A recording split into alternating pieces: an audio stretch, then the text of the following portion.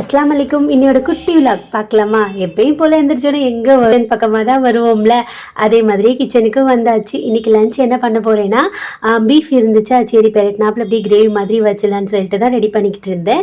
அதுக்கு முன்னாடி மிஷினில் துணியை போட்டுட்டு கொஞ்சோண்டு டீ இருந்துச்சு, அதையும் சூடு பண்ணி குடிச்சாச்சு. கிரேவி எப்பயும் நான் ரெடி பண்ணுவேன்ல, அதே மாதிரி தான். இது ரெசிபி வேணும்னா கேளுங்க, இன்ஷால்லா நான் அப்லோட் பண்ணுறேன். கொஞ்ச நாளாக என்னன்னு தெரியல, ஒழுங்காக வீடியோவும் போட இன்ட்ரெஸ்ட் இல்லாமல் ஒரு மாதிரி மூட் அவுட்டாக ஒரு மாதிரியாக இருக்குது. அது ஏன்னு தெரியல, அதனால தான் ஒழுங்காகவே என்னால் வீடியோ போட முடியல. சரி சாட்சாவது போடலாமேன்னு தான் எடுத்துகிட்டு இருந்தேன். இன்றைக்கி வந்துட்டு எல்லா மசாலாவும் அப்படி பீஃப்லேயே போட்டுட்டு நீங்கள் கல் உப்பு ட்ரை பண்ணி பாருங்களேன், டேஸ்ட் ரொம்பவே நல்லாயிருக்கும். இன்றைக்கி கிரேவியுமே ரொம்ப நல்லா வந்துருந்துச்சு. நம்ம கறி மசாலா தான், வேணும்னா கண்டிப்பாக காண்டாக்ட் பண்ணிக்கோங்க. அப்படி குழம்பையும் ஒரு அடுப்பில் வச்சுட்டு இங்கிட்ட வாஷிங் மிஷினில் துணி போட்டிருந்தேன்ல, அதையும் அலசிடலான்னு சொல்லிட்டு இங்கிட்ட வந்தாச்சு. மேடம்க்கு என்னன்னு தெரியலை, ஃபஸ்ட்டில் நான் ப்ரௌனி நிறையா செய்வேனா, இப்போ உண்மையாக சொல்லப்போனால் அவ்வளோவா செய்கிறதில்ல. பாப்பா ஃப்ரிட்ஜை திறந்து எனக்கு ப்ரௌனி செஞ்சு தரீங்களாமான்னு கேட்டா. எனக்கு ஒரு மாதிரி இருந்துச்சு. சரி பிள்ளைங்களுக்கு இல்லாததான்னு சொல்லிட்டு செய்ய ஸ்டார்ட் பண்ணிட்டேன், ட்ரை பண்ணிட்டேன்னு வந்துருச்சு. இப்பயும் போல தான் சாக்லேட்டை மெல்ட் பண்ணியாச்சு, பேட்டரும் ரெடி பண்ணியாச்சு. இன்றைக்கி நாட்டு சக்கரை மட்டும்தான் யூஸ் பண்ணியிருந்தேன், சக்கரை யூஸ் பண்ணலை.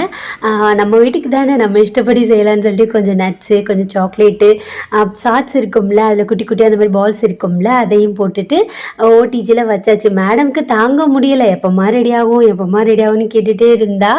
இப்போ ரெடி ஆயிரும் தங்கன்னு சொல்லிட்டு ஓடிஜியில் வச்சுட்டு கொஞ்சம் கொஞ்சம் க்ளீனிங் ஒர்க் இருக்கும்ல, பாக்ஸ் துடைக்கிறது, வீடு துடைக்கிறது, அந்த மாதிரி வேலையெல்லாம் பார்த்துக்கிட்டு இருந்தேன். அப்படியே பாப்பாவையும் குளிக்க வச்சாச்சு. இங்கிட்டு பார்த்தீங்கன்னா ப்ரௌனியும் நான் ரெடி ஆகிட்டேன்னு சொல்லிட்டு சவுண்டு விட்டுட்டாங்க. அவங்க எப்படி ரெடி ஆயிருக்காங்கன்னு சொல்லிட்டு பார்க்கணுன்னு சொல்லிட்டு பார்த்தா சூப்பராக மசாலா நல்லாவே வந்துருந்துச்சு. யாருக்காவது ப்ரௌனி வேணும்னா கண்டிப்பாக காண்டாக்ட் பண்ணுங்கள்.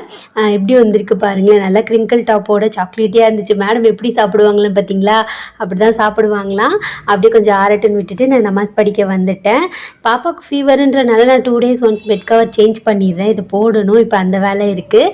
அதுக்குள்ளே நம்ம மேடம்க்கு சாப்பாடு ஊட்டிடலான்னு சொல்லிட்டு இப்போலாம் சாப்பாடு ஊட்டுறதுக்கு ஒரு ட்ரிக்ஸு, நான் பென்ட்ரைவில் வந்துட்டு நான் ஓல்டு வீடியோஸ்லாம் ஏற்றி வச்சுருப்பேன்னா அதை போட்டு விட்டுறது. அதில் பார்த்தீங்கன்னா நம்மளோட குட்டி குட்டி வீடியோஸ்லாம் இருக்குது, குட்டி பாப்பாவில் இருந்த வீடியோலாம் இருக்குமா, எங்களோட ஸ்வீட் மெமரிஸ் எல்லாம் இருக்கும். அதெல்லாம் பார்த்துக்கிட்டு இப்போ பாப்பா சாப்பிட்றாங்க. அது என்னன்னு தெரியல, பாப்பாவுக்கு இப்போ பிடிச்சிருக்கு போல இருக்குது. இதெல்லாம் பார்க்கும்போது எனக்கு ஒரு மாதிரி ஹாப்பி ஃபீலிங் இருக்கும்.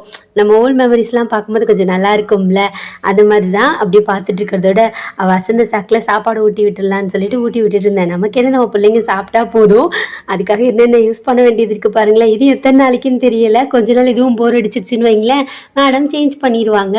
இது பார்த்தீங்கன்னா நம்ம எவ்வளோ அழகாக இருக்காங்க பாருங்களேன், மாஷா அல்லா, நல்ல பப்ளியாக இருப்பாங்க. இப்போ தான் ஒல்லி ஆகிட்டாங்க.